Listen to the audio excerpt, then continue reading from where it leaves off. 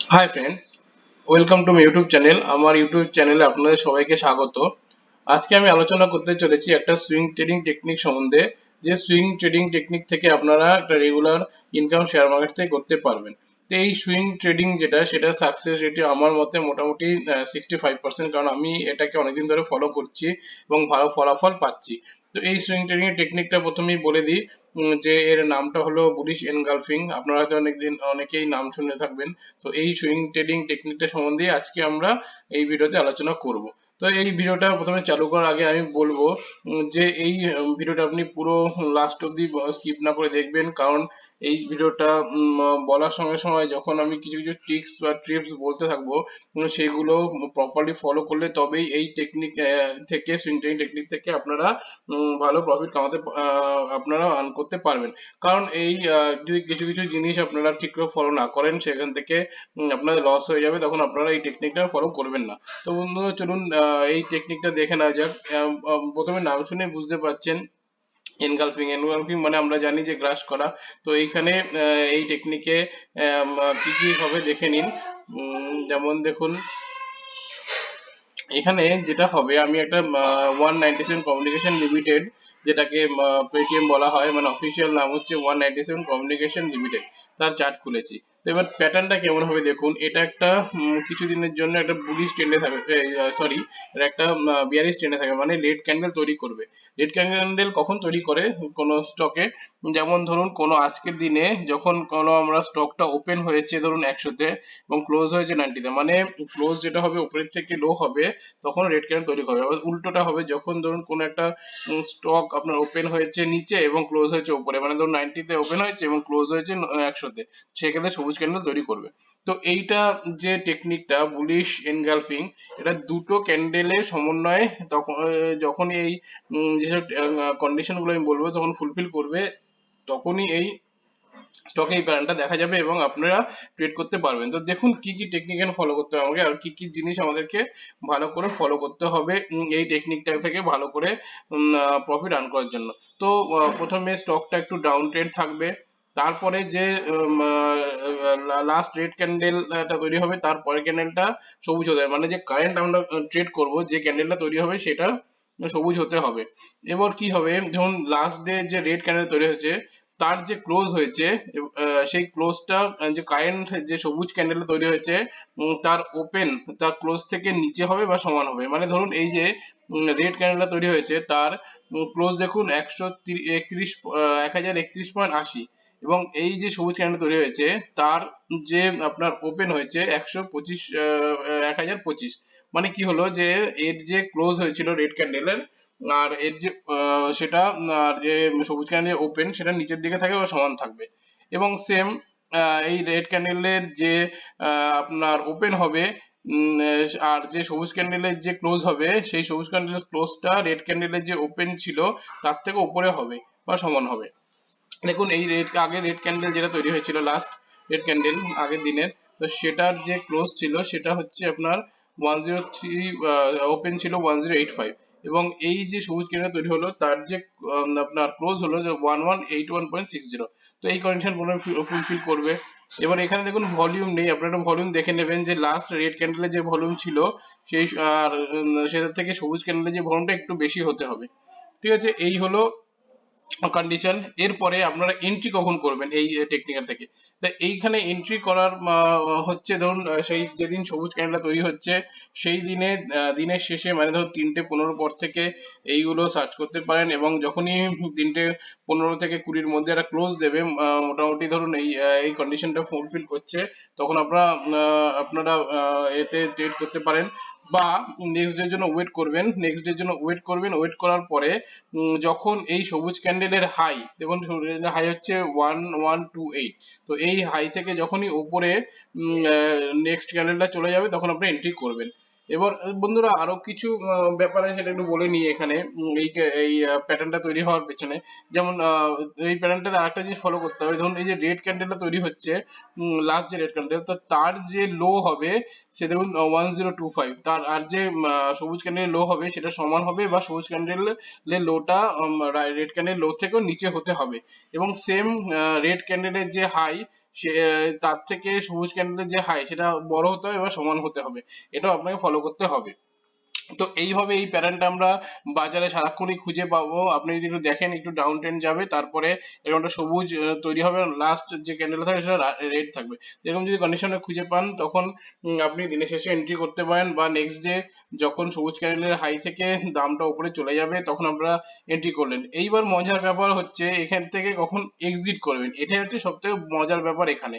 তো এক্সিট করার কোনো নির্দিষ্ট নিয়ম নেই, আমি 3টে নিয়ম ফলো করি, সেই 3টে নিয়ম ভালো করে মন দিয়ে শুনবেন। এবার আপনারা যদি লং টার্ম মানে ধরুন 6 মাস 8 মাস 1 বছর ধরে এই জিনিসটা প্র্যাকটিস করতে থাকেন, আপনাদের নিজস্ব একটা স্ট্র্যাটেজি তৈরি হয়ে যাবে, এবং এর থেকে আপনার এক্সিটটা কোথায় হবে সেটাও বুঝে যাবেন।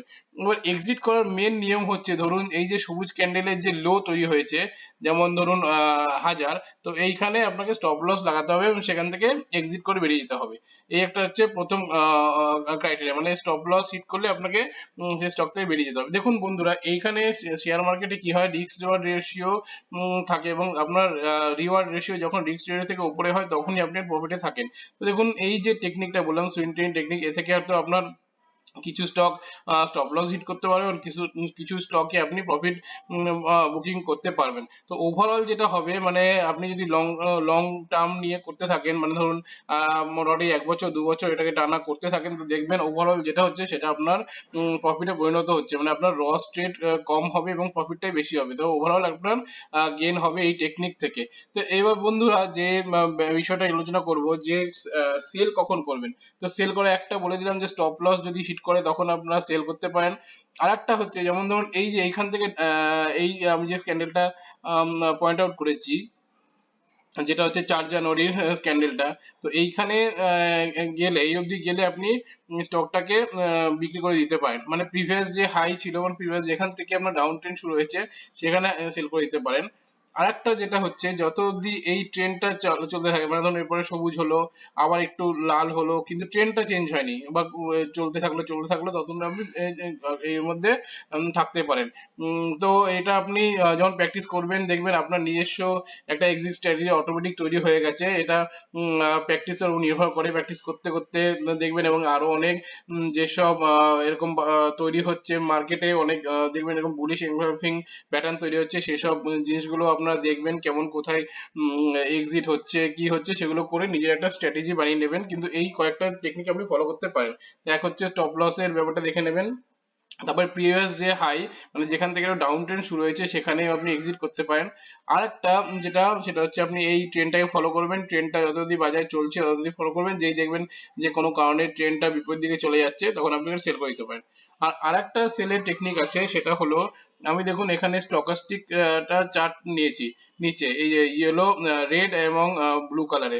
এবার আপনি এন্ট্রি তো এখানে করে নিলেন, এবার কখন আপনি এক্সিট করবেন, ধরুন এই স্টকাস্টিকের যে নীল রঙের যে দুটো চার্ট আছে, একটা হচ্ছে রেড আর হচ্ছে একটা হচ্ছে আপনার ব্লু। এবার ব্লুটা যখন ওপর থেকে ক্রস করে রেড কে ক্রস করে নিচে চলে যাবে, মানে ব্লুটা ধরুন ওপরে আছে, তাহলে এটা ঠিকঠাক আছে। এবার যখন ব্লুটাই রেডটাকে ক্রস করে নিচের দিকে চলে যাবে, সেই পয়েন্টে সেই ক্যান্ডেলে আপনি এটাকে সেল করে দিয়ে বেরিয়ে যেতে পারেন। এটা এই যে স্টকাস্টিক এর যে আপনার টেকনিকটা, এটা খুব ভালো কাজ করে, এটা আপনি করে দেখতে পারেন। কিন্তু আমি বলবো সবগুলো টেকনিক আপনি ফলো করবেন, এবং যেটা আপনার কাছে বেস্ট সুইটেড মনে হবে সেটাতে আপনি ট্রেডিং করবেন। তো বন্ধুরা,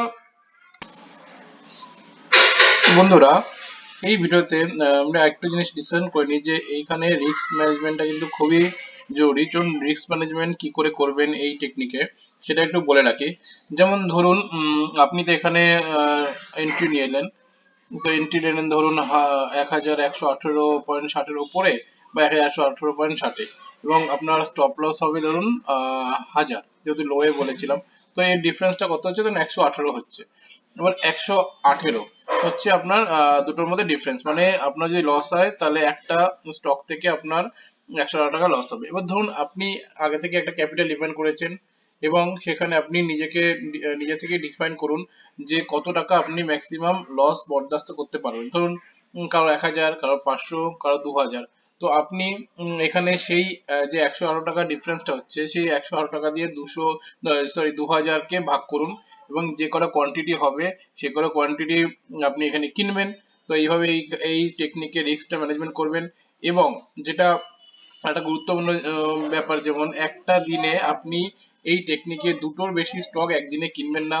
এবং টোটাল যে ওপেন পজিশন থাকবে, ধরুন মানে এই স্টক থেকে যে আপনি কিনেছেন এবং এই টেকনিকে ফলো করছেন, ম্যাক্সিমাম যেন 5টা স্টক থাকে, তার বেশি স্টক আপনি আপনার পোর্টফোলিওতে কখনোই রাখবেন না। তো এই রিস্ক ম্যানেজমেন্টটা আপনাকে প্রপারলি ফলো করতে হবে, কারণ এটা এই রিস্ক ম্যানেজমেন্ট টেকনিকটাও এই টেকনিকের সঙ্গে ওতপ্রোতভাবে জড়িত। তো রিস্ক ম্যানেজমেন্টে কি করবেন, যে আপনার যে ডিফারেন্সটা আসছে, মানে আপনি যেখানে কিনছেন আর যে স্টপ লসটা হচ্ছে, এইটাকে দিয়ে আপনার যে রিস্ক আছে, ধরুন 1000 বা 2000 বা 3000, সেই টাকাটাকে দিয়ে ভাগ করবেন, যে কটা কোয়ান্টিটি হবে সে কটা কোয়ান্টিটি একটা স্টকের কিনবেন। এরপরে কেনার পরে আপনি একটা দিনে দুটোর বেশি ট্রেড করবেন না এই টেকনিকে। আর টোটাল যে আপনার পোর্টফোলিওতে এই টেকনিকে ট্রেড থাকবে, ম্যাক্সিমাম 5টা স্টক আপনি ট্রেড করতে পারবেন, তার বেশি স্টক যেন না থাকে। কারণ বেশি স্টক এখানে করলে আপনি এর থেকে এর যে এই যে টেকনিকটা ফলো করবেন এবং সেখানে হারিয়ে যাবে আপনি কি করে কোন স্টকে কি এন্ট্রি নিয়েছিলেন, কি কি কি ধরেছিলেন, কখন ছাড়তে হবে, এই জিনিসটা ট্র্যাক রাখাটা খুব প্রবলেম হয়ে যাবে। তো এইভাবে আপনি রিস্কটা ম্যানেজমেন্ট করবেন এই টেকনিক থেকে। তো কমেন্টস করে জানাবেন, ভিডিওটা ভালো লেগে থাকলে লাইক করে দেবেন, চ্যানেলটা সাবস্ক্রাইব না করলে সাবস্ক্রাইব করে দেবেন। বন্ধুরা, আজকে ভিডিওটা আমরা এখানেই শেষ করছি। আগামী দিনে এরকম অনেক আরো মজার মজার ভিডিও নিয়ে এই চ্যানেলে হাজির হব। তো ততক্ষণের জন্য ভালো থাকবেন, সুস্থ থাকবেন, ধন্যবাদ।